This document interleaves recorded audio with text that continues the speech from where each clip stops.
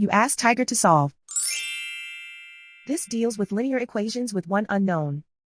The final result is 8 equals 74/3. Let's solve it step by step. Group all constants on the right side of the equation. Add 58 to both sides.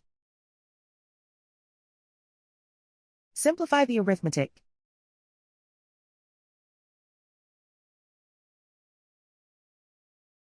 Isolate the a. Divide both sides by 6.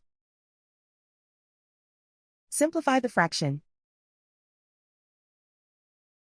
Find the greatest common factor of the numerator and denominator. Factor out and cancel the greatest common factor. And so the final result is 8 equals 74/3.